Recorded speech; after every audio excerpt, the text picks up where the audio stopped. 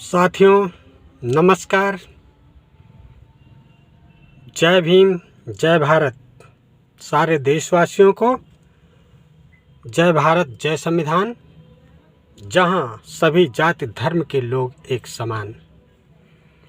साथियों, विषय है धर्म और रूढ़िवाद से विनाश।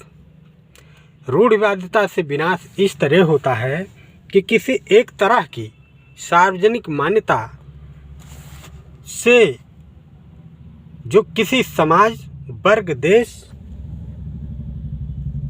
और क्षेत्र में मान्यता होती है, उससे उन्नति, बदलाव और प्रगति के रास्ते में बाधा उत्पन्न होती है।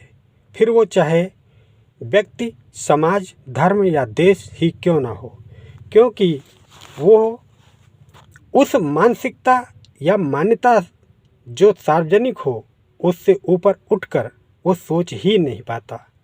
यदि कोई सोचता है तो बहुतायत लोगों का उसे विरोध सहना पड़ता है।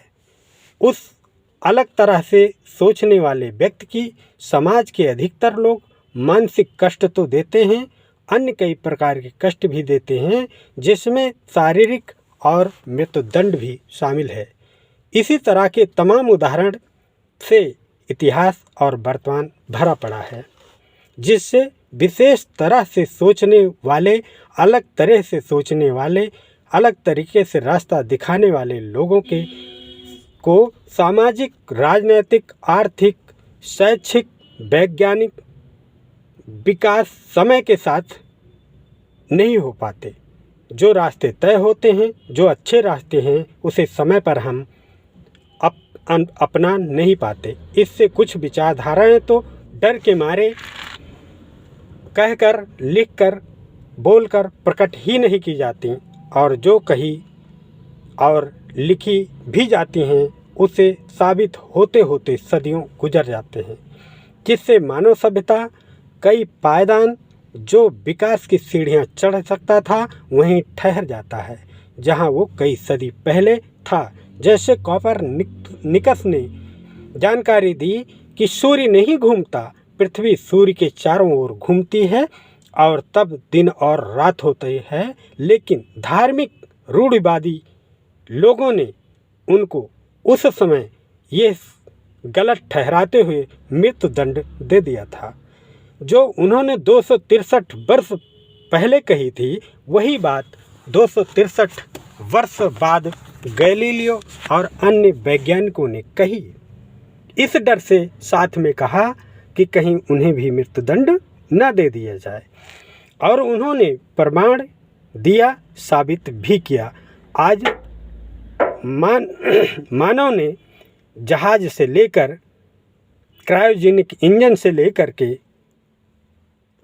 और विशाल फैले इस आकाश में मिसाइल, ग्रह, उपग्रह, यान, अंतरिक्षयान को जो दिशा देते हैं, अगर पृथ्वी घूमती है उसके अनुकूल वो दिशा देते हैं, और पूरे आकाश में ग्रहों और गैलेक्सियों की खोज करते हैं और अन्य ग्रहों पर अंतरिक्षयान भेज पाते हैं। यहाँ तक कि चांद और मंगल ग्रह पर यान भेज पाए हैं। यही बात 263 वर्ष पहले अगर कोपरनिकस ने जब कही थी, मान ली जाती, तो उन्हें मौका दिया जाता अगर, तो वो साबित करते, और आज 3 सदी पहले ही विकास की इबारत लिखी जा चुकी होती और हम 300 साल पहले ही अंतरिक्ष यान और अंतरिक्ष यात्री और अन्य ग्रहों की खोज कर चुके होते। यही बात अगर हम मान लेते बहुत सारे ऐसे वैज्ञानिकों को जो रूढ़िवादिता के कारण रोके गए, तो हमारा ये मानव सभ्यता या पृथ्वी ग्रह विकास की कई पायदान ऊपर चढ़ चुका होता। और जो बात बुद्ध ने, तथागत गौतम बुद्ध ने कही, अगर वह बात तब से अब तक मान ली जाती, मान कर चलते, तो हमारी सभ्यता जो विनाश की सीढ़ियाँ चढ़ रही है, हम विकास की ओर जा रहे होते।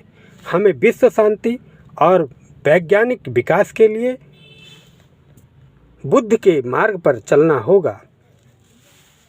विश्व की मानवीय सभ्यता के विकास में विशेष बाधा विश्व में अलग अलग मान्यताओं और विशेषकर अलग अलग धार्मिक रूढ़िवादी मान्यताओं और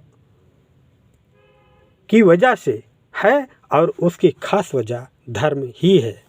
विश्व की मानव सभ्यता को जातीय, काले गोरे और धार्मिक गलत मान्यताओं से मुक्त होना होगा, और जो स्वयं मानव सभ्यता, मानवीय चिंतक स्वयं ही कर सकते हैं, कह सकते हैं, लिख सकते हैं, और उसे मानव सभ्यता में प्रसारित करके मानना होगा, जिससे कि सारे लोगों को शांति और विकास के रास्ते खोले जा सकें और खुल सकें, और विनाश की जो सीढ़ियां हम चढ़ते हैं, लड़ाइयां करते हैं, परमाणु युद्ध के कगार पर हैं, उससे हम मुक्त होते और मानव सभ्यता हमारी जो इतनी ज़्यादा विकसित हुई है वो विनाश से बच जाती। साथियों, जय भीम, नमो बुद्धाय, जय भारत, जय संविधान, जहां हर जाति हर धर्म के लोग एक समान।